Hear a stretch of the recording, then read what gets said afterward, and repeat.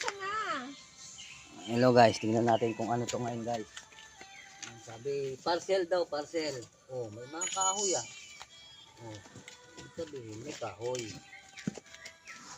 Binuksan na nila. Baka yan baka Buhangin.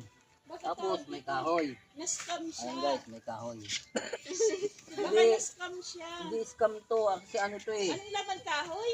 Kahoy, tsaka ano Oh, na-scam oh, niya. buhangin.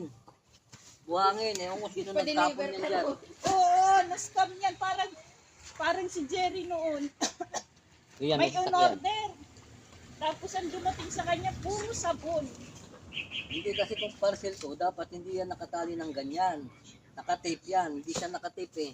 Ito, oh, buhangin ang laman. Tapos may tabla na ano, pinaghatian.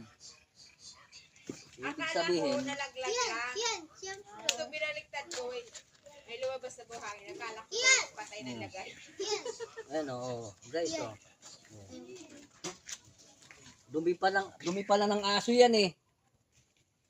Tapos kinalikot ko ng pinalikot. May dumi ng aso. Oh, dumi ng aso yung iba oh. Natita ko yan, Papa, eh. Habang bahay ako.